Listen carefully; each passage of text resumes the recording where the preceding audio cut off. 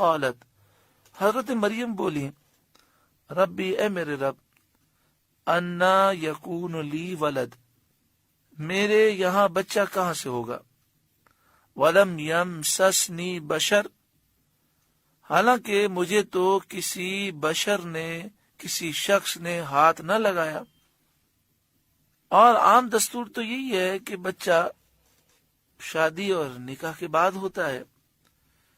تو سوال یہ تھا کہ کیا مجھے نکاح کا حکم دیا جا رہا ہے کہ میں نکاح کروں، یا یوں ہی بغیر نکاح کے اور بغیر کسی بشر کے چھوئے مجھے اللہ تعالیٰ بیٹا دے گا، یہ سوال تھا۔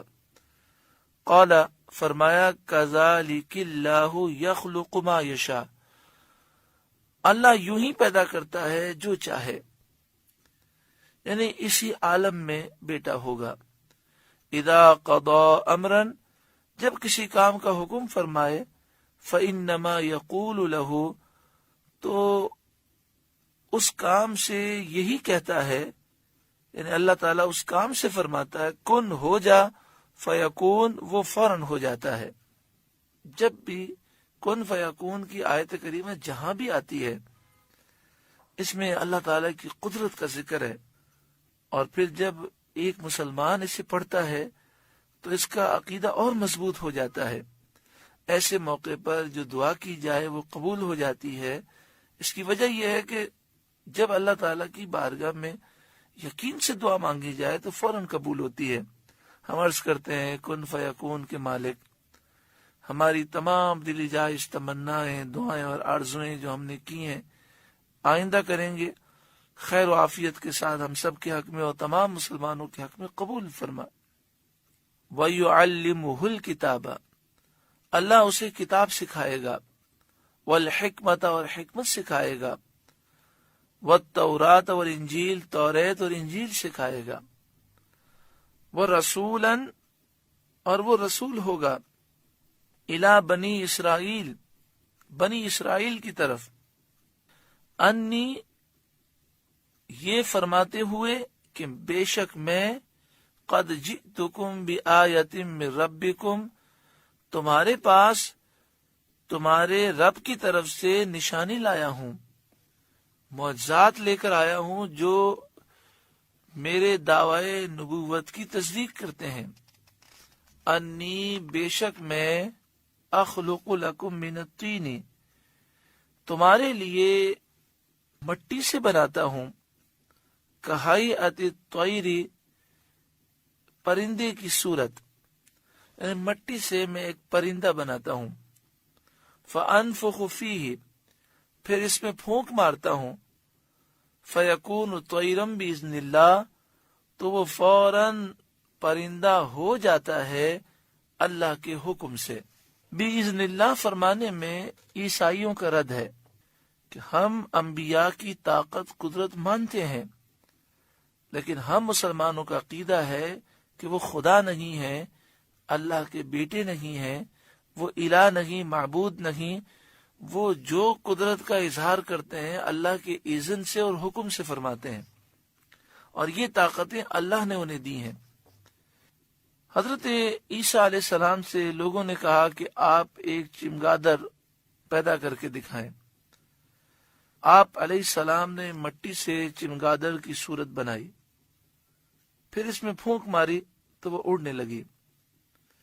صد الافاضل حضرت علامہ مولانا نعیم الدین مراد آبادی علیہ رحمہ، جو اعلیٰ حضرت کے خلیفہ ہیں، انہوں نے اعلیٰ حضرت کے ترجمے کنز الایمان پر جو تفسیری حاشیہ لکھا ہے، بڑا ہی پیارا اور زبردست ہے۔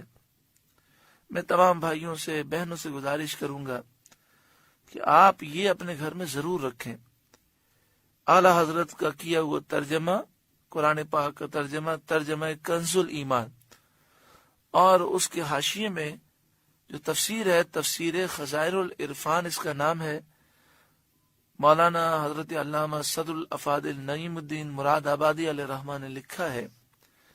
آپ لکھتے ہیں کہ چمگادڑ کی خصوصیت یہ ہے کہ وہ اڑنے والے جانوروں میں بہت اکمل اور عجیب تر ہے، اور قدرت پر دلالت کرنے میں اوروں سے ابلغ، یعنی اس کو دیکھ کر اللہ کی قدرت اور اللہ تعالی کی عظمت کا اثر دل میں زیادہ محسوس ہوتا ہے۔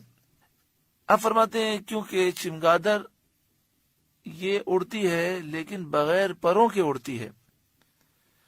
دوسرا اس میں یہ ہے کہ اس کے دانت بھی ہوتے ہیں، اور چمگادڑ ہستی بھی ہے۔ اس کی مادہ کے چھاتی ہوتی ہے۔ عام پرندے انڈے دیتے ہیں، لیکن چمگادڑ بچہ جنتی ہے اور دودھ بھی پلاتی ہے۔ تو یہ ساری اس میں خوبیاں ہیں۔ تو حضرت عیسیٰ علیہ السلام نے چمگادڑ کو پیدا کیا، پھونک ماری تو وہ اللہ کے حکم سے پرندہ بن گئی، اس میں روح آ گئی۔ وَأُبْرِئُ الْأَكْمَحَ، اور میں شفا دیتا ہوں مادرزاد اندھے کو۔ اکمہا اس اندھے کو کہتے ہیں کہ جس کے چہرے پر آنکھوں کے سوراخ بھی نہ ہو۔ حضرت عیسیٰ علیہ السلام کے زمانے میں ایسے بچے پیدا ہوتے جن کی آنکھیں نہیں ہوتی اور آنکھوں کا سوراخ بھی نہیں ہوتا۔ تو حضرت عیسیٰ علیہ السلام مٹی سے آنکھوں کی سائز کے آپ ڈھیلے بناتے اور ان کے چہرے پر رکھ کر ہاتھ پھیرتے تو آنکھیں بن جاتی، انہیں بینائی نصیب ہو جاتی۔ والابرص، اور ابرص کے مریضوں کو میں شفا دیتا ہوں۔ سفید داغ والے کو ابرص کہتے ہیں۔ ابرص کا جو مرض ہے، یعنی برس کا جو مرض ہے، یہ اس زمانے میں بھی لا علاج تھا، اور آج بھی کوئی اس کا صحیح معنوں میں علاج دریافت نہیں ہو سکا۔ زیادہ یہ ہوتا ہے کہ ڈاکٹر ایسی دوائیں دیتے ہیں اور وہ کوشش کرتے ہیں کہ یہ مرض آگے نہ بڑھے، یا بڑی تیزی سے یہ بڑھ رہا ہوتا ہے تو وہ اس کی رفتار کم کرنے کی کوشش کرتے ہیں۔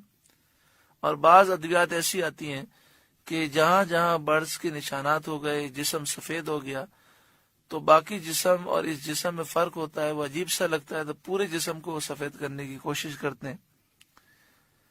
تو حضرت عیسیٰ علیہ السلام کے زمانے میں طب اپنے عروج پر پہنچی ہوئی تھی، اور طبیبوں اور حکیموں کے بڑے بڑے دعوے تھے۔ تو حضرت عیسیٰ علیہ السلام مادرزاد اندھوں کو آنکھیں دیتے، برس کے مریضوں کو شفا دیتے، اور اس سے طبیب عاجز تھے، تو لوگوں پر یہ ظاہر ہوا کہ یہ معجزہ ہے اور آپ اللہ کے سچے نبی ہیں۔